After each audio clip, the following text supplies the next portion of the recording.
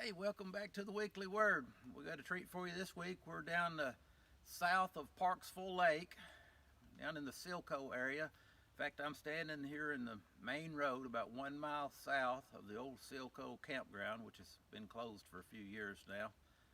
It's directly, I am standing on the Blue Ridge Divide. Interesting little bit of history right in here. Many years ago, the main road before the Parksville Lake crossed Ocoee River, came up Silco Creek, and horses and wagons would come right up through here and go on over into the Sheets Creek area. Back in the early 1800s or so, you might have seen a horse coming in through here and a wagon, or believe it or not, you might have seen a boat coming right through here.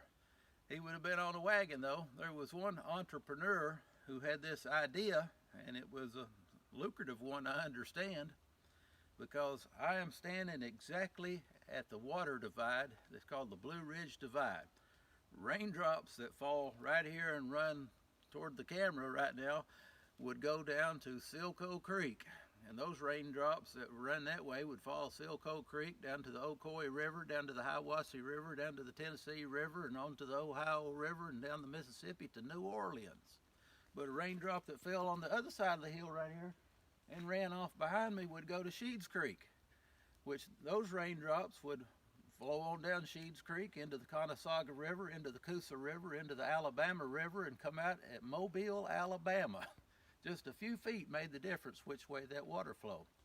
So back in the days of the flatboats, people could bring their goods on flatboats up the Ocoee River, and if they wanted to go to Mobile instead of New Orleans with goods, a guy would had his business that he would load up their boats on his wagon and haul them from the Ocoee over here to the Conasauga. That was a pretty big deal back then. What a difference just a few feet makes in this divide here in Polk County.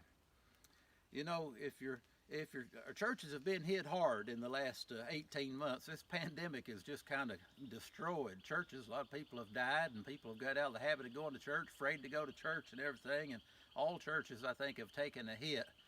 But right now, this virus thing it's died down, and most everybody that wants to be vaccinated has had a chance to be vaccinated. It's time for our churches to start building back up. We've been studying in Acts at Cleveland Community Chapel on Wednesday night, and I pointed out how early in Acts it says there were additions being made to the church. And you go over a few chapters and it starts saying there was multiplications being made to the church. Then you get to a chapter we start finding some problems, and we said we got to watch out.